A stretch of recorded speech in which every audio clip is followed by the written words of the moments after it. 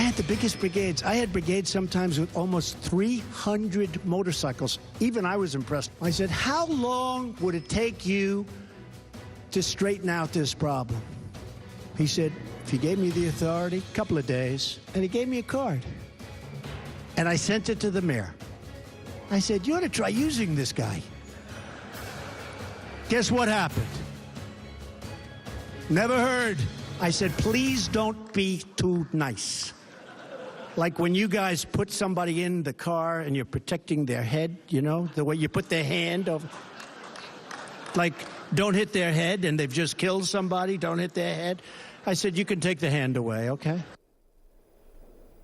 On Friday, Donald Trump spoke to a group of police officers on Long Island and suggested that the mayor of Chicago could solve the problem of gun violence by taking the advice of a single rank-and-file officer Trump once met while visiting the Windy City. The president also praised immigration officers for being, quote, rough, and seemed to encourage them to avoid protecting suspects' heads when they're placed in police cars during arrests. Although many of the officers in the room applauded, Trump's apparent endorsement of police brutality is alarming, but perhaps not entirely surprising, given the other two speeches that Trump gave this week. Wait, just a question.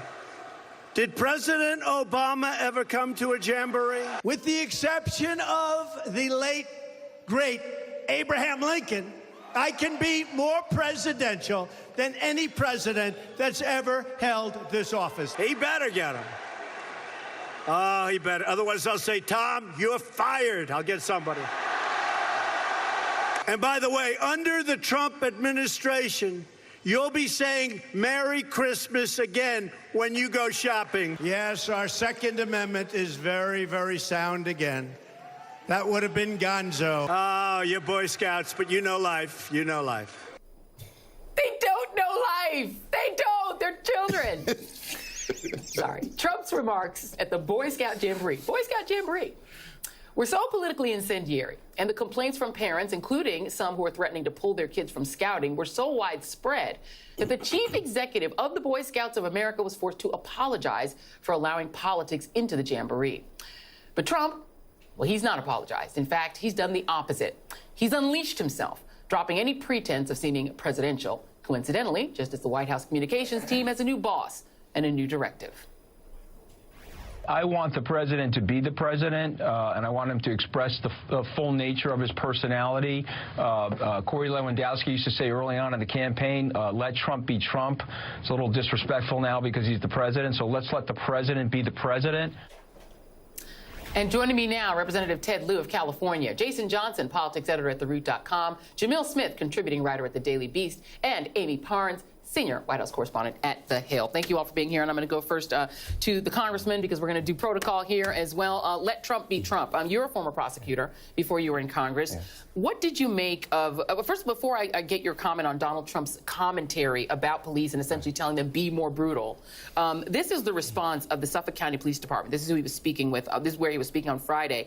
They sent these two tweets. The SCPD has strict rules and procedures relating to the handling of prisoners. Violation of those rules are treated extremely seriously. As a department, we do not and will not tolerate roughing up of prisoners. And they have a reason to be particularly sensitive on this. The Suffolk County Police Chief, back in November of 2016, the New York Times reported that the former police chief of Suffolk County was sentenced to 4 years in prison for beating a suspect. And they actually convicted and sentenced him for that. So what did you make as a former prosecutor and as a member of Congress, or the President of the United States encouraging police brutalism of suspects? Thank you, Joy. It is highly disturbing that Donald Trump is encouraging police brutality. As a former prosecutor, he's basically asking police officers to violate the law. Police officers took an oath to protect and defend the Constitution. If they listen to the president, not only are they going to be violating the law, they're going to be subjecting themselves to discipline and their cities and counties to massive lawsuits. Yeah. Let me say, in 1 week, Donald Trump got rebuked by the Boy Scouts, by the Pentagon, by the International Association of Police Chiefs. You really got to try to be that bad. Yeah, the Boy Scout, we're going to come back to the Boy Scout thing. But, you know, Jason, when Donald Trump was saying, first of all, he used the term paddy wagon, which is extremely offensive to Irish people of Irish descent. But when he talked about being rough, throwing suspects into the back of the van, all I could think of is Freddie Gray. Yeah. And I don't know if we have that video, but this is exactly what was done to Freddie Gray. He was thrown roughly into the back of a police van. His neck wound up being so fractured that he died. What did you make of the President of the United States using that particular imagery with police standing all around him? Right. So a couple things occurred to me, Joy. One, I'm faculty at Morgan State. I'm in Baltimore. I actually texted a couple of my students, did you guys see this? And they were disturbed and horrified that you would have the President of the United States basically encouraging a rough ride.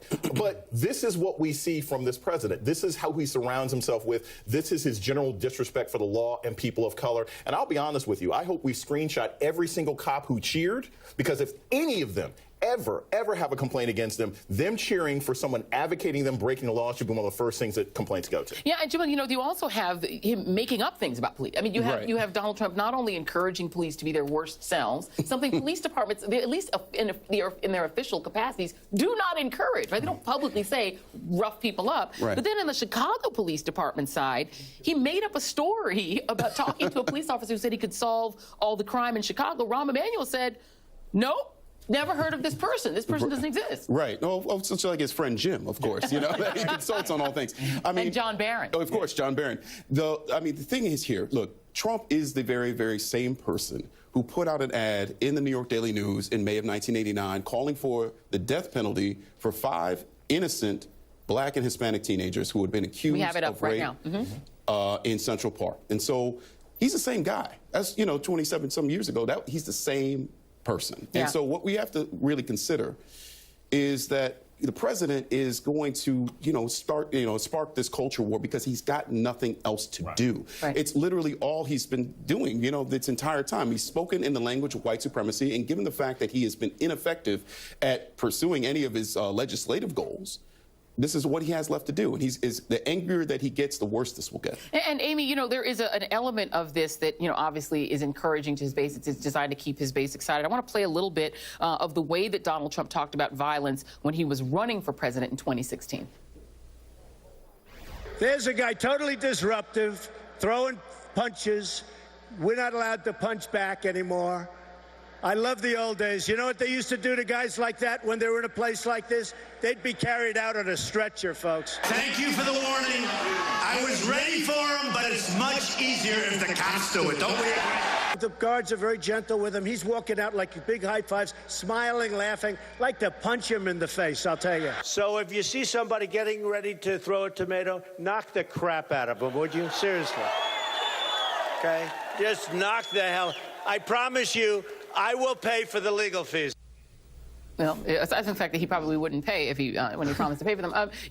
Amy, do Republicans on the Hill? We know that they have a certain fear of the Trump base, that they go very quiet at the mention of Donald Trump. Do Republicans think that this kind of rhetoric, this kind of encouragement of violence, actually helps them in their reelect, or at this point are they weary of it? No, I think there is a big divide, Joy, and what you're seeing is President Trump kind of riling up his base because his base likes it. His base likes it every time he attacks. He goes on one of these tirades. Every time he attacks the press, he's playing to his base. But on the other hand, I'm hearing from Republican sources every day now that this is so disconcerting to them, that they don't understand what's happening. He's going off the rails. This is not what their party stands for, they say, and it's become increasingly problematic for Republicans. And I wonder about that because you're serving with these folks in the House, Congressman. The new White House communications director has adopted the Trump style. Maybe this is the way Anthony Scaramucci's always been, but this is the way he talks now to a reporter about leakers. He said this, and it's not him. I'm going to read it. He says, "What I want to do is I want to." Expletive, kill all the leakers. And I want to get the president's agenda on track so we can succeed for the American people. That's the way the communications director talks to the press. Do you detect among your colleagues in the House discomfort with that?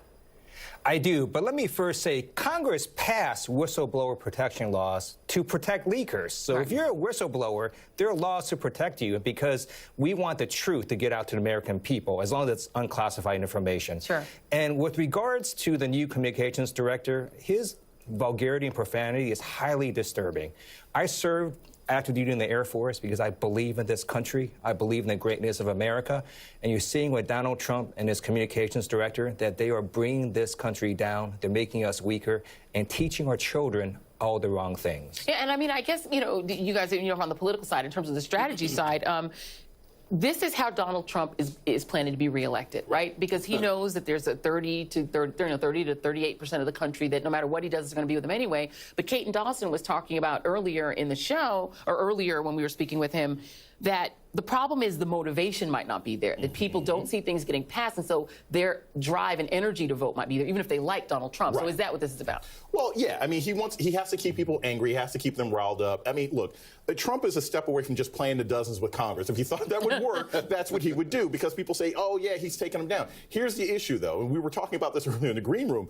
Look, if you can't get anything done this year, next year, no one's passing anything because it's an election year. And he is going to take a hit in this very Congress that he is not supporting. They're going to get wiped out. These Republicans get wiped out next year if they can't show they've done anything. So all this talk is great, but eventually people want action. So far, he hasn't shown. And Jamil, that is weird because, you know, we've heard from Republicans and strategists, people like Michael Steele, that Donald Trump wants to distance himself from congressional Republicans. But they are running for re-election next year. He is not. Right. How does that work strategically? Is he trying to make them lose? Well, I don't think he cares whether or not they lose. I mean, look, I mean, we've seen this White House distance itself from the institutional Republican Party in so many different ways. And now it seems like they're formally trying to do it by firing Reince Priebus, you know, by putting in someone who has no political experience, no connection to Congress. You know, frankly, I think that they're trying to send a message, not just that, hey, we want our White House to run in a certain way, but that we don't need the Republican Party. So one day the Republican Party perhaps